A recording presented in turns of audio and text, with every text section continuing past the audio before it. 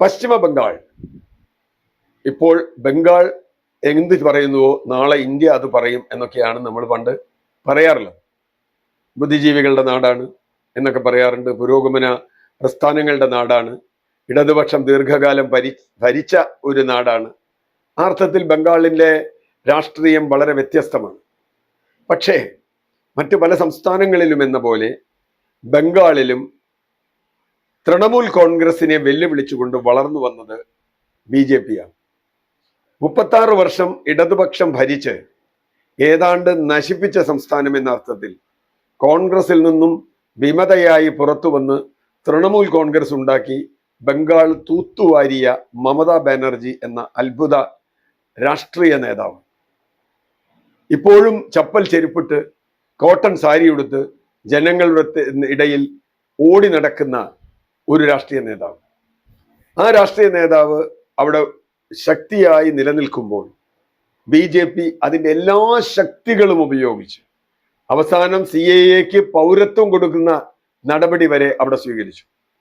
സന്ദേശ് ഖാലി പോലെയുള്ള വിഷയങ്ങൾ, സ്ത്രീകൾ അവിടെ വലിയ തോതിൽ റേപ്പ് ചെയ്യപ്പെട്ടു എന്ന് പറഞ്ഞു. അങ്ങനെ നിരവധി കാര്യങ്ങൾ അതിശക്തമായി കേന്ദ്ര സർക്കാർ BJPയും അവർക്കെതിരായി പ്രയോഗിക്കപ്പെട്ടു. വലിയ തിരിച്ചടി മമതയ്ക്ക് ഉണ്ടാകും എന്നൊരു വശത്ത് പറഞ്ഞു. അതിനോടൊപ്പം തന്നെ ഏതാണ്ട് മരണാവസ്ഥയിലായിരുന്ന ഇടതുപക്ഷവും കോൺഗ്രസ് മുന്നണി ഉണ്ടാക്കി, അവർ സഖ്യമുണ്ടാക്കി പല സീറ്റുകളിലും വലിയ തോതിൽ മുന്നേറ്റം ഉണ്ടാകും എന്നും പറഞ്ഞിരുന്നു. കഴിഞ്ഞ തവണ അവിടെ അധീർ രഞ്ജൻ ചൗധരി എന്ന് പറയുന്ന കോൺഗ്രസിന്റെ പ്രതിപക്ഷ നേതാവ് ആണ് അദ്ദേഹം പാർലമെന്റിൽ. അദ്ദേഹം മാത്രമാണ് PCC പ്രസിഡന്റ് അവിടെ ജയിച്ചിരുന്നത്.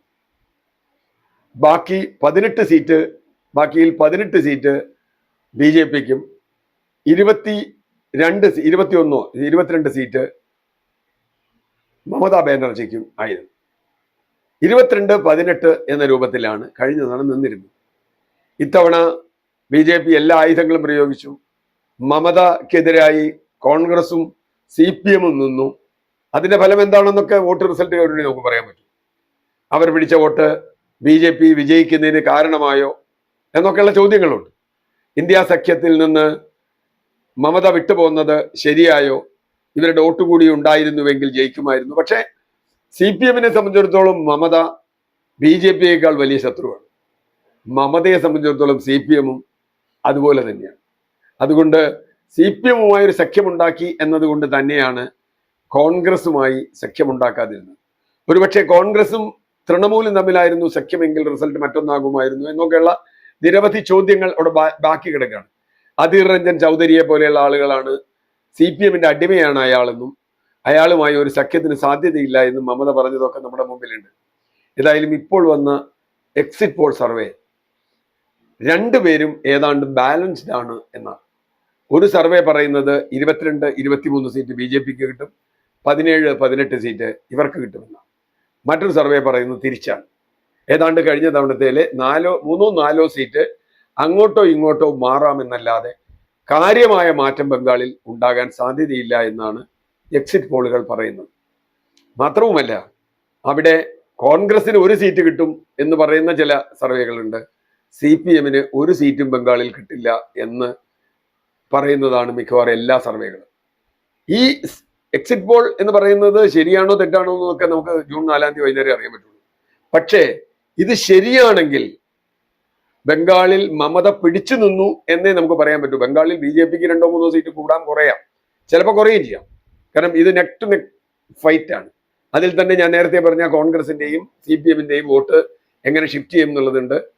മുസ്ലിം വോട്ടിൽ അവരെന്തൊക്കെ വ്യത്യാസമുണ്ടാകും. ഉദാഹരണത്തിന് മുസ്ലിം സ്ഥാനാർത്ഥി മുഹമ്മദ് സലീമാണ് അവിടുത്തെ പാർട്ടി സംസ്ഥാന സെക്രട്ടറി. അദ്ദേഹം മുർഷിദാബാദിൽ മത്സരിക്കുന്നു. അവിടെയുള്ള മുസ്ലിം വോട്ടിൽ വലിയൊരു പങ്ക് അദ്ദേഹത്തിന് പിടിക്കാൻ കഴിയും.